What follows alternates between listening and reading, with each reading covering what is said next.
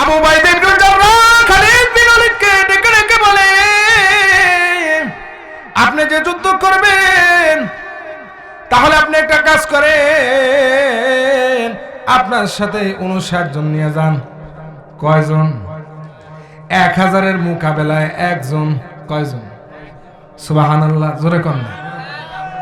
একজন সাহাবী আর কাফেরেরা হলো 1000, অর্থাৎ 1000-এর মোকাবেলায় একজন। কয়জন?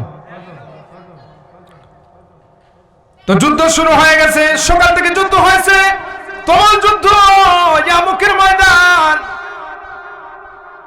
ঘোড়ার পায়ের খুরের বাড়িতে ধুলা উঠতেছে, কিচ্ছু দেখা যায় না, বালু কণাগুলো উঠতেছে। তুমুল যুদ্ধ শুরু হয়ে গেছে। জোহরের নামাজের ওয়াক্ত চলে গেছে, জোহরে চলে গেছে, আসর চলে গেছে। আসরের পরে যুদ্ধ শেষ হলে আবু উবাইদা ইবনুল জাররাহ রাদিয়াল্লাহু তাআলা আনহু উনি ভাবলেন 60,000-এর মোকাবেলায় 60 জন তো জীবিত থাকার কথা না। সাহাবায়ে কেরাম জোশে গেছে, তারা তো সবাই শহীদ হয়ে গেছে, ঠিক কি না? আল্লাহ তাআলা বলেন, ওয়ালা তাহিনু ওয়ালা তাহজানু ওয়া আনতুমুল আ'লাউনা ইন কুনতুম মুমিনিন। আল্লাহ বলেন, তোমরা হীনবল হইও না, বল হারায়ও না, চিন্তিত হইও না, পেরেশান হইও না, তোমরাই বিজয় লাভ করবা যদি তোমরা ইন কুনতুম মুমিনিন, যদি তোমরা মুমিন হও। কি হও? জোরে কথা কর না।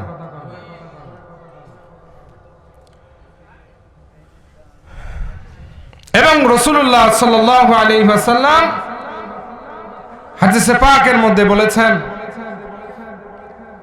যার ভিতরে ঈমান আছে তারা হলো জিন্দা, জীবিত, আর যার ভিতরে ঈমান নাই তারা হলো মুর্দা, মৃত। কি জোরে বলেন না? যাদের ঈমান আছে তারা হলো জীবিত, আর যাদের ঈমান নাই তারা কি? মৃত। এখন একটা কবরস্থানের পাশে হাজার হাজার মাইয়িত শুয়ে আছে। একজন জীবিত মানুষ যায় যদি বলে, এই কে আছো, আসো আমার সাথে লাগবা, এই হাজার হাজার মুর্দা, এদের কি কোনো ক্ষমতা আছে? জোরে কর না। কোনো ক্ষমতা নেই। তো আল্লাহ তাআলা এটাই বলেন, হে আমার বান্দারা, তোমরাই বিজয় হবা, তোমরাই সফলতা অর্জন করতে পারবা। তোমরা হীনবল হইও না, বল হারায়ও না, চিন্তা করো না। তোমাদের বিজয় আসবে যদি তোমরা মুমিন হও, ঈমানদার হও। আর রাসূল বলছে, যার ভিতরে ঈমান আছে তারা হলো জীবিত, জিন্দা, আর যাদের ভিতরে ঈমান নাই তারা হলো মুর্দা, তারা হলো মৃত, ঠিক না?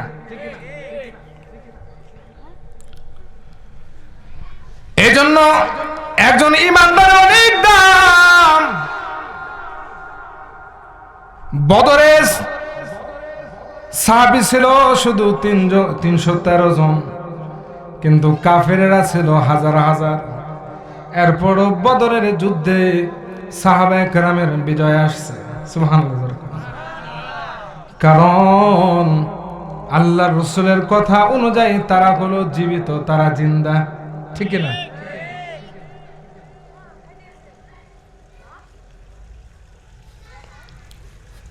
একদিন সাহাবায়ে কেরাম সবাই মিলে রোম সম্রাটের সাথে যুদ্ধ করার জন্য ইয়ামুকের ময়দানে উপস্থিত হয়েছেন। কোথায়?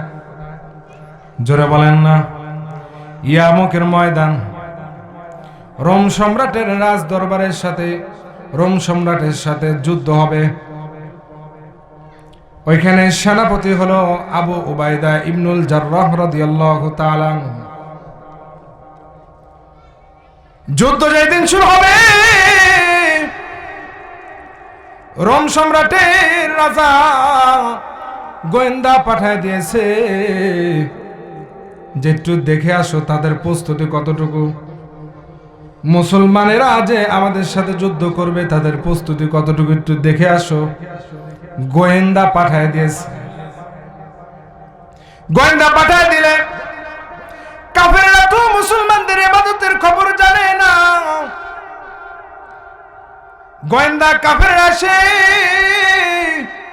দেখে সাহাবা একরাম কেউ সিজদা অবস্থায় অর্থাৎ উপর হয়ে আছে, কেউ রুকু অবস্থায় অর্থাৎ মাথা হেলায় আছে, কেউ হাত তুলে কান্নাকাটি করতেছে, সবাই কান্নাকাটি করে। সাহাবা একরাম দুই জিনিসের মাধ্যমে তারা বিজয় লাভ করেছে। একটা হলো রাতের তাহাজ্জুদের কান্না, আর একটা হলো দিনের বেলা যখন যুদ্ধ করতে বের হয়েছে, বাঁচার জন্য বের হয় নাই। সাহাবা একরাম জীবন দেওয়ার জন্য আল্লাহর রাস্তায় বের হয়েছেন, এই জন্য তাদেরকে কোনো শক্তি হারাইতে পারে নাই। সুবহানাল্লাহ। তো রোম সম্রাটের রাজা যখন গোয়েন্দা পাঠিয়ে দিয়েছে, গোয়েন্দা এসে দেখে সাহাবা একরাম কেউ দাঁড়িয়ে হাত তুলে কান্না করে, কেউ রুকু দিয়ে কান্না করে, কেউ সিজদা অবস্থায় কান্না করে। গোয়েন্দারা ভাবছে হয়তো তারা ভয়ে কান্না করতেছে। আপনারা বলেন তো তারা ভয়ে কান্না করতেছে? কথা কন না। তারা কি ভয়ে কান্না করতেছে না নামাজ পড়তেছে? নামাজ পড়তেছে। কি পড়তেছে? আল্লাহর কাছে তারা সাহায্য চাচ্ছে। তো গোয়েন্দা গিয়ে রিপোর্ট করলো,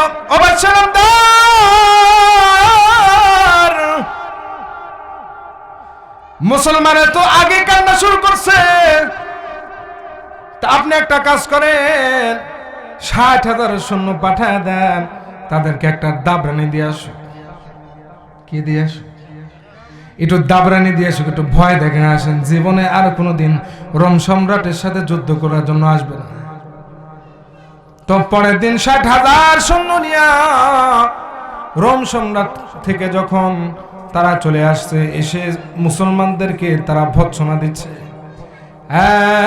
এই মুসলমানেরা, তোমরা তো আগে কান্না করো, কি যুদ্ধ করবা? নাউজুবিল্লাহ। কেন তোমরা তো আগে কান্না করো, তোমরা কি যুদ্ধ করবা?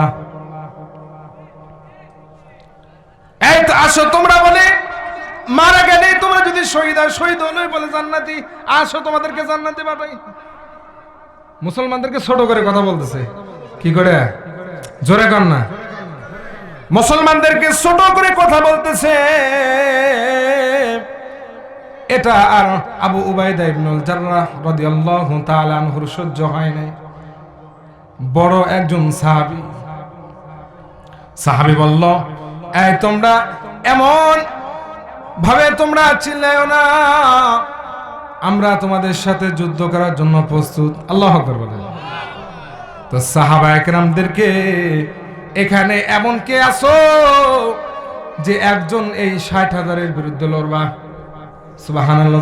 একজন কে আছো যে 60,000-এর বিরুদ্ধে লড়বা? একজন সাহাবী লাফ দিয়ে দাঁড়ায় গেছে। আবু উবাইদা ইবনুল জাররাহ রাদিয়াল্লাহু তাআলা আনহু তাকে বললেন, এ ভাই তুমি বসো। আরেকজন কে আছো? দাঁড়াও। আরেকজন দাঁড়াইলে তাকেও বসায় দিলেন। তৃতীয় নম্বরে দাঁড়াইলেন খালিদ বিন ওলীদ রাদিয়াল্লাহু তাআলা আনহু। সুবহানাল্লাহ। আবু উবাইদা ইবনুল জাররাহ রাদিয়াল্লাহু তাআলা আনহু বলে, ও ভাই খালিদ বিন ওলীদ, আমি তো চাইতেছিলাম আপনি দাঁড়ান। খালিদ বিন ওলীদ বলে, আপনি যদি চাইতেন তাহলে কেন আপনি আমার নামটা বললেন না? বলে, না আপনি তো আগামীকালও গতকালও আপনি আমার সেনাপতি ছিলেন। সুবহানাল্লাহ। অর্থাৎ নেতা ছিলেন। আজ বর্তমানে আজকে নেতা আছে, কালকে যদি নেতা না থাকে ওর পায়জামা ঠিক থাকে না। ঠিক কিনা? জোরে বল। এই বর্তমানে এই অবস্থা। তা আবু উবাইদা ইবনুল জাররাহ বলে, ও ভাই খালিদ, আপনি যে তাদের বিরুদ্ধে যুদ্ধ করবেন, আপনার অস্ত্র কি? তো খালিদ বিন ওলীদ রাদিয়াল্লাহু তাআলা আনহু বলতেছে, ও সেনাপতি, আমার এক নাম্বার অস্ত্র হলো ওয়ালা তাহিনু ওয়ালা তাহজানু ওয়া আনতুমুল আ'লাউনা ইন কুনতুম মুমিনিন। আল্লাহু আকবার বলেন। আল্লাহ বলেছেন তোমরা হীনবল হয় না, চিন্তিত হয় না, তোমরাই বিজয় লাভ করবা যদি তোমরা মুমিন হও। আল্লাহ তো বলে নাই ৬০,০০০-এর বিরুদ্ধে ৬০,০০০ লাগবে। আল্লাহ বলছে ইমানদার হইলে বিজয় হবে। আল্লাহর ঘোষণা অনুযায়ী তো আমি ইমানদার, আর তারা তো সব বেঈমান, তো বিজয় তো আমার হবে। সুবহানাল্লাহ জোরে বলেন। আর দ্বিতীয় নাম্বার হাতিয়ার হলো আল্লাহ রাসূল বলছেন যার ভিতরে ঈমান আছে তারা হলো জিন্দা জীবিত, আর যাদের ভিতরে ঈমান নাই তারা সব মুর্দা। আল্লাহ রাসূল তো এই কথা বলে নাই যে ৬০,০০০-এর বিরুদ্ধে ৬০,০০০ হইতে হবে। আল্লাহ রাসূল বলছে যাদের ঈমান নাই তারা সব মুর্দা। আমি একা যদি মুর্দাদের সামনে দাঁড়াই তাহলে কি তাদের সাহস আছে নাকি যে আমার সাথে লাগে? সুবহানাল্লাহ জোরে কর না। সম্মানিত হাজিরিন, এদিকে খেয়াল করি। আবু উবাইদা ইবনে জাররাহ খালিদ বিন ওয়ালিদকে ডেকে ডেকে বলে আপনি যে যুদ্ধ করবেন তাহলে আপনি একটা কাজ করেন, আপনার সাথে ৫৯ জন নিয়ে যান। কয়জন? ১,০০০-এর মোকাবেলায় একজন। কয়জন? সুবহানাল্লাহ জোরে কর না। একজন সাহাবী, আর কাফেরেরা হলো ১,০০০, অর্থাৎ ১,০০০-এর মোকাবেলায় একজন। কয়জন? তো যুদ্ধ শুরু হয়ে গেছে, সকাল থেকে যুদ্ধ হয়েছে, তুমুল যুদ্ধ, ইয়ামুকের ময়দান। ঘোড়ার পায়ের খুরের বাড়িতে যখন একেবারে ধুলায় কোনায় কোনায় ভরে গেছে, ধুলা উঠতেছে, কিচ্ছু দেখা যায় না, বালু কণাগুলো উঠতেছে, তুমুল যুদ্ধ শুরু হয়ে গেছে। জোহরের নামাজের ওয়াক্ত চলে গেছে, জোহরে চলে গেছে, আসর চলে গেছে। আসরের পরে যুদ্ধ শেষ হলে আবু উবাইদা ইবনে জাররাহ রাদিয়াল্লাহু তাআলা আনহু উনি ভাবলেন ৬০,০০০-এর মোকাবেলায় ৬০ জন তো জীবিত থাকার কথা না। সাহাবায়ে কেরাম জোশে গেছে, তারা তো সবাই শহীদ হয়ে গেছে। ঠিক কি না? কথা বলেন না, আপনারা কি বলেন? ৬০,০০০-এর মোকাবেলায় ৬০ জন কি টিকে থাকার কথা? সব তো ছিন্ন ভিন্ন হয়ে যাওয়ার কথা। কিন্তু আবু উবাইদা ইবনে জাররাহ রাদিয়াল্লাহু তাআলা আনহু ইয়ামুকের ময়দানে যার পরে যার লাশটায় উল্টায় দেখে কাফেরদের লাশ। সুবহানাল্লাহ জোরে কর না। যার লাশে উল্টায় দেখে কাফেরদের লাশ, মুসলমানদের একটা লাশও পায় না। আবু উবাইদা ইবনে জাররাহ রাদিয়াল্লাহু তাআলা আনহু উনি আল্লাহর কাছে দোয়া করে, ওগো আল্লাহ, আপনার নবীর হাতের গড়ায় এই সোনার সাহাবীগুলা, তাদের লাশগুলো একটু সম্মানের সাথে দাফন করব আল্লাহ। ওগো আল্লাহ, আপনি লাশগুলো একটু ব্যবস্থা করে দেন। তো আবু উবাইদা ইবনে জাররাহ রাদিয়াল্লাহু তাআলা আনহু দেখেন ময়দানের এক কর্নারে একজন হতভম্ব হয়ে দাঁড়িয়ে আছে। যা দেখেন উনি আর কেউ নয়, মুসলমানদের সেনাপতি খালিদ বিন ওয়ালিদ রাদিয়াল্লাহু তাআলা আনহু। সুবহানাল্লাহ জোরে কর না। আবু উবাইদা ইবনে জাররাহ রাদিয়াল্লাহু তাআলা আনহু খালিদ বিন ওয়ালিদকে বলে, ও ভাই খালিদ, যুদ্ধের কারণে তো নামাজ পড়তে পারেন না, আপনি নামাজটা শেষ করে নেন, এরপরে আমি আপনার সাথে কথা বলবো। খালিদ বিন ওয়ালিদ বলে, ভাই কি বলো? এই ইয়ামুকের ময়দানে আমরা জামাতের সাথে নামাজ পড়ছি, সুবহানাল্লাহ জোরে বল, আর আমাদের ধান কাটা লাগলে নামাজ পড়ি না, ঠিক কি না? কথা কন না। বাড়ির বিয়ে লাগলে নামাজ পড়ে না। অনেকে আছে প্যান্টের অজুহাত দেখায়, প্যান্ট না পাক নামাজ পড়েন না। যুবক ভাইয়েরা, ওই সময় যদি আজরাইল আপনাকে ধরে, ওই সময় কিন্তু আপনার সাথে ভালো ব্যবহার করবে না। আল্লাহ রাসূল একদিন দেখেন এক কবরে আযাব হয়। আল্লাহ রাসূল ইসরার সব করে যখন আল্লাহর কাছে দোয়া করেন, কবরে আযাব মাফ হয়ে গেলে সাহাবায়ে কেরামদেরকে বলে, এই সাহাবায়ে কেরাম, তোমরা কি জানো কেন এই কবরে আযাব হইতেছে? সাহাবায়ে কেরাম বলে, ওগো আল্লাহর নবী, জানি না। আল্লাহর রাসূল বলেন, এই কবরে আযাব হইতেছিল ছোট ছোট অপরাধের কারণে। কি অপরাধ? আল্লাহর রাসূল বলেন, তারা পেশাবের ছিটা থেকে নিজেকে পবিত্র রাখতো না, তারা নিজেকে পবিত্র রাখতো না, এই জন্য আল্লাহ তাআলা তাদের কবরের ভিতরে আযাব দিতেছিল। নাউযুবিল্লাহ, জোরে কোন না। তো থাকবে না ভাবে, হ্যাঁ? তো খালিদ ইবনে ওলীদ বলতেছে, ও ভাই, আমি ইয়ামুকের ময়দানে আমরা জামাতের সাথে নামাজ পড়ছি। এক বর্ণনায় আসছে 7 জন ব্যক্তিকে তারা ধরে নিয়ে গেছে বা মারা গেছে, আর বাকি সব ওই ময়দানে ছিল। সুবহানাল্লাহ, জোরে কোন। এই দিক দিয়া কাফেররা পিটুনি খায়া রোম সম্রাটের রাজ দরবারে যায় বলে, জীবনে আর কোনোদিন খালিদ বিন ওলীদের সাথে যুদ্ধ করব না। সুবহানাল্লাহ, জোরে কোন। তো কেন যুদ্ধ করবা না? তোমাদেরকে যুদ্ধ করতে হবে। তো কাফের দিয়া তরবারি উপরে তুলে যখন আল্লাহু আকবার বলে তরবারি মারে, তখন মনে হইতেছে 60,000 তরবারি নামতেছে। সুবহানাল্লাহ, জোরে কোন। খালিদ বিন ওলীদ একজন, কিন্তু যখন তরবারি মারে তখন মনে হয় 60,000 তরবারি নামতেছে। তাদের ঈমানের কারণে তারা ফেরেশতাদের নুসরত পাইছে, তাদের ঈমানের কারণে তারা ফেরেশতাদের সাহায্য পাইছে। কিন্তু আমাদের ঈমান হলো বুখতা ঈমান, ঈমানে কোনো ধার নাই, ঠিক না? জোরে কোন না। আমাদের ঈমানে কোনো ধার নাই। নামাজের কথা বললে ওই সময় ঈমানের এত পাওয়ারলেস যে নামাজে যায় না, ঠিক না? 5 টাকার বিনিময়ে অনেকে ঈমান ছেড়ে দেয়, আছে না নাই? জোরে কোন। কিন্তু নামাজ, সাহাবায়ে কেরাম ওই যুদ্ধের ময়দানেও নামাজ ছাড়ে নাই। কিন্তু আমি আর আপনি ছেড়ে দিচ্ছি, এই বিজয় কেমনে আসবে? নামাজ তো অনেক দামি ইবাদত। আল্লাহর রাসূল সকল ইবাদত জিবরিল আমিনের মাধ্যমে দুনিয়াতে আনছেন, কিন্তু নামাজকে আল্লাহর রাসূল সশরীরে মেরাজে গিয়ে আমাদের জন্য নিয়ে আসছেন। সুবহানাল্লাহ, জোরে কোন। এই নামাজ এমন একটা ইবাদত, আল্লাহ তাআলা বলেন, উসজুদু ওয়াকতারিব, এই বান্দারা তোমরা সিজদার মাধ্যমে আমি আল্লাহর নিকটবর্তী হও। সুবহানাল্লাহ। নামাজ এমন একটা জিনিস, নামাজ মানুষকে ফাহিশা কাজ থেকে বিরত রাখে। সুবহানাল্লাহ।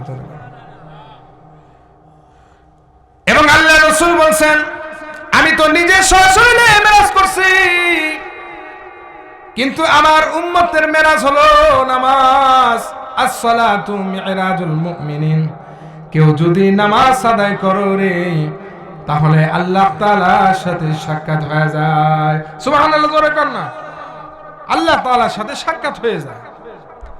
আমি যেমন মেরাজে কি সাক্ষাৎ করছি, মেরাজ করছি, তোমাদের জন্য নামাজই মেরাজ। আসলে ফায়দা না জানলে কেউ আমল করতে জানে না, আমল করে না, ঠিক কি না? জোরে কোন না। ফায়দা না জানলে কেউ আমল করে না। যেহেতু আমার সময় কম, ফায়দাটুকু বলি, এরপরে আমার আলোচনা সমাপ্তি করে দেব। আল্লাহর রাসূল বলেন, কেউ যদি 5 ওয়াক্ত নামাজ পড়ে, তাহলে আল্লাহ তাআলা তাকে 5টা পুরস্কার দান করবে। কয়টা পুরস্কার? একটু জিকির করেন তো, লা ইলাহা ইল্লাল্লাহ। আরো আগে শুন তো, লা ইলাহা ইল্লাল্লাহ, লা ইলাহা ইল্লাল্লাহ, লা ইলাহা ইল্লাল্লাহ, লা ইলাহা ইল্লাল্লাহ মুহাম্মাদুর রাসূলুল্লাহ সাল্লাল্লাহু আলাইহি ওয়াসাল্লাম। বলতেছিলাম বাবাজিরা, যুবক ভাইরা, দিনের কাজে শুনুন। আল্লাহর রাসূল বলেন, এই উম্মতরা যারা 5 ওয়াক্ত নামাজ পড়বা আল্লাহ তাআলা তাদেরকে 5টা পুরস্কার দান করবেন। কয়টা পুরস্কার? যারো জোরে বলেন, হলো না? আরো জোরে। আল্লাহ রাসূল বলেন যে 5 ওয়াক্ত নামাজ পড়ে প্রথম নাম্বার পুরস্কার হলো আল্লাহ তাআলা তার রিজিকের মধ্যে বরকত দান করবে। সুবহানাল্লাহ। জীবনের সংকীর্ণতা দূর হয়ে যাবে। এটা আনতে ওইটা ফুরাবে না, এটা আনতে ওইটা ফুরাবে না। অনেক মানুষ আছে 1 লক্ষ টাকা বেতন পায়, এরপরে মাস শেষে 20,000 টাকা ঋণী হয়। আছে না নাই? জোরে কন। আর মোল্লার 5,000 টাকা বেতন, এরপরও মাস শেষে 1,000 টাকা থাকে। সুবহানাল্লাহ। বলে হুজুরের টাকায় বরকত আছে, বরকতের ওয়াজ করে করে হুজুরদের বেতন বাড়ায় না। ঠিক কিনা? জোরে কন, জোরে কন না কে? এখন কথা কেন বাবা? জোরে কন না। হুজুরদের টাকায় বেতন আছে, বরকত আছে, এই জন্য হুজুরদের টাকা বাড়ায় না। কিন্তু যার ভিতরে বরকত নাই, 1 লক্ষ টাকা বেতন পায়, এরপরও মাস শেষে 20,000 টাকা ঋণী হয়। আছে না নাই? এটাই হলো বরকত। আল্লাহ রাসূল বলেন যারা রিজিকের মধ্যে বরকত চাও তারা যেন 5 ওয়াক্ত নামাজ ঠিক মতো আদায় করে। আল্লাহ রাসূল বলেন দ্বিতীয় নাম্বার যারা 5 ওয়াক্ত নামাজ আদায় করবে আল্লাহ তাআলা তাদের কবরের আযাব মাফ করে দিবে। সুবহানাল্লাহ। কে না চায় তোর কবরের আযাব মাফ হোক? আল্লাহ রাসূল বলেন এ সাহাবীরা, তোমরা যে দেখতেছো এটা একটা মাটির ঘর, এটা কিন্তু একটা মাটির ঘর নয়, এটা কারোর জন্য জান্নাতের একটা বাগান, না হয় কারোর জন্য জাহান্নামের একটা গর্ত। আল্লাহ রাসূল বলেন এ সাহাবায়ে কেরাম, যারা এই কবরে আযাব থেকে মাপ পাইতে চাও তোমরা 5 ওয়াক্ত নামাজ ঠিকমতো আদায় করবা। আল্লাহ রাসূল বলেন যারা 5 ওয়াক্ত নামাজ পড়বে 3 নাম্বার পুরস্কার হলো আল্লাহ তাআলা তাদের আমলনামায় ডান হাতে দান করবে। কোন হাতে? জোরে বলেন। ডান হাতে আমলনামা আসলে কোনো চিন্তা নাই, লা খাউফুন আলাইহিম ওয়ালা হুম ইয়াহজানুন, কোনো চিন্তা নাই, কোনো পেরেশানি নাই, তারা বিনা হিসাব আল্লাহর জান্নাতে প্রবেশ করবে। সুবহানাল্লাহ জোরে করুন। আর যদি ডান হাতে আমলনামা না আসে, যদি বাম হাতে আমলনামা আসে, আল্লাহ রাসূল বলেন তাকে বাম হাতে আমলনামা সরাসরি দেওয়া হবে না, তার বুক বরাবর ছিদ্র করে, এই বুক বরাবর ছিদ্র করে বাম হাতটা বুকের ভিতর দিয়ে ঢুকায় টেনে হিসড়ে পিছনে বের করা হবে। বের করে এরপরে আমলনামা দেওয়া হবে। বলা হবে ইকরা কিতাবাক কাফা বিনাফসিকা আল-ইয়াওমা আলাইকা হাসিবা। এই বান্দা, তোমার আমলনামা তুমি পড়ো, পরে তুমি নিজেই হিসাব মিলাও, তুমি কি জান্নাতে নাকি তুমি জাহান্নামী। ওই সময় বান্দা বলবে ওগো আল্লাহ,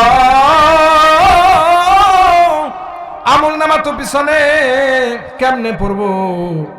আল্লাহ তাআলা গজবের ফেরেশতাদেরকে ডেকে ডেকে বলবে এই গজবের ফেরেশতারা এই নাফরমানের ঘাটটা ভেঙে পিছনে ঘুরায় দেয়। নাউজুবিল্লাহ।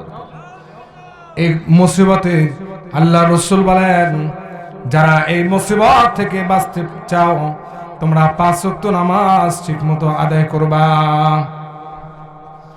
আল্লাহ রাসূল 4 নম্বরে বলেন যারা 5 ওয়াক্ত নামাজ পড়বে আল্লাহ তাআলা 4 নম্বরে তাদেরকে ফুলসিরাতের ফুল বিদ্যুতের গতিতে পার করে দিবে। সুবহানাল্লাহ। ফুলসিরাতের ফুল বিদ্যুতের গতিতে পার করে দিবে। এই ফুলসিরাত পাড়ি দেওয়া ছাড়া কোনো মানুষ জান্নাতে যেতে পারবে না। এই ফুলসিরাত এমন ফুলসিরাত, কোন ইমানদার বান্দা যদি এই ফুলসিরাতের পুলের উপরে দাঁড়ায় রে, এই ফুলসিরাতের নিচে আছে জাহান্নাম, এই ফুলসিরাতের নিচে আছে জাহান্নাম। জাহান্নাম ডেকে ডেকে ওই মুমিন বান্দাদেরকে ডেকে বলবে ও ইমানদার বান্দা, তুমি তাড়াতাড়ি পার হও রে, তোমার ইমানের আলোয় তো আমি নিভে গেলাম। সুবহানাল্লাহ জোরে কোন জাহান্নাম ডেকে ডেকে ওই ইমানদার বান্দাকে বলবে, এই বান্দা তাড়াতাড়ি পার হও, এই ইমানদার তুমি তাড়াতাড়ি পার হও, তোমার ইমানে তো আমি নিভা গেলাম। সুবহানাল্লাহ। আল্লাহ রাসূল বলেন, যারা এই ফুলসিরাতের পুল বিদ্যুতের গতিতে পার করতে চাও, পার হইতে চাও, তোমরা 5 ওয়াক্ত নামাজ ঠিকমতো পড়বা। আল্লাহ রাসূল বলেন, যারা 5 ওয়াক্ত নামাজ পড়বে 5 নাম্বার পুরস্কার হলো আল্লাহ তাআলা তাদেরকে বিনা হিসাব জান্নাত দান করবে। সুবহানাল্লাহ। বিনা হিসাব দিয়ে কেউ জান্নাতে যাইতে পারবে না, ঠিক কি না? জোরে কন্যা, হিসাব দিয়ে কি কেউ জান্নাতে যাইতে পারবেন? এখানে কে যারা আছেন তারা বলেন হিসাব দিয়ে জান্নাত পাবেন? আল্লাহর দয়া ছাড়া কেউ কোনোদিন জান্নাতে যাইতে পারবে না। কিন্তু আল্লাহর দয়া পাইতে হলে ইবাদত করতে হবে। একটা মেসাল দেই, ধরেন আপনার 5টা সন্তান, একটা ঢাকায় থাকে আর চারটা ঢাকায় থাকে আর একটা আপনার কাছে থাকে। কোথায়? একটা বাড়িতে থাকে আর 4টা কোথায়? কিন্তু আপনি নিজে অন্তরে হাতে বলেন 5টাই তো আপনার সন্তান, কিন্তু মহব্বত কার প্রতি বেশি? যে বাড়িতে আছে তার প্রতি মহব্বত বেশি, ঠিক না? কারণ সে তার কথা শুনে, তাকে দেখাশোনা করে, তাকে কষ্টের সময় পাশে পায়, ঠিক না? তো আল্লাহ তাআলা ওই সমস্ত বান্দাদের উপরে দয়া করবেন যারা আল্লাহর গোলামি করবে, যারা আল্লাহর ইবাদত করবে, যারা আল্লাহর হুকুম মানবে। আল্লাহ তাআলা তাদেরকে দয়া করে জান্নাত দান করবে।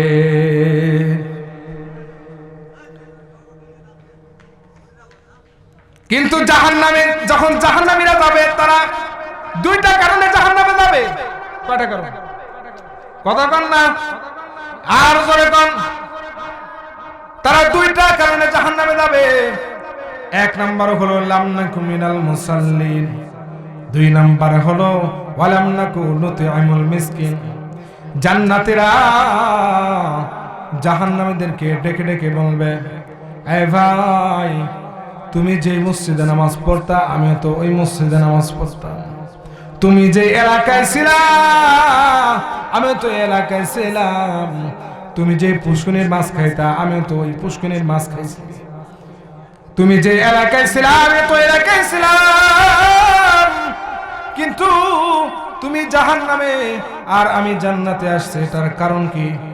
জাহান্নামীরা ডেকে ডেকে বলবে, এ ভাই, একটা অপরাধ হলো লাম নাকু মিনাল মুসাল্লিন, দুনিয়াতে আমরা মুসল্লি ছিলাম না। কি ছিলাম না? জোরে কান, মুসল্লি ছিলাম না। অনেক মানুষ আছে মসজিদের সাথে চাষটল, আজান দেওয়ার পরে মসজিদে আসা বাদ দিয়ে তারা চাষটল থেকে বাড়ির দিকে যায়, আছে না? দুনিয়াতে মুসল্লি ছিলাম না, দুনিয়াতে নামাজ পড়ি নাই, এই জন্য জাহান্নামে চলে আসছে। আর 2 নাম্বার কারণ ওয়ালাম নাকু নুতি'মুল মিসকিন, মিসকিনদের হক আদায় করি নাই, মিসকিনদের হক নষ্ট করছে।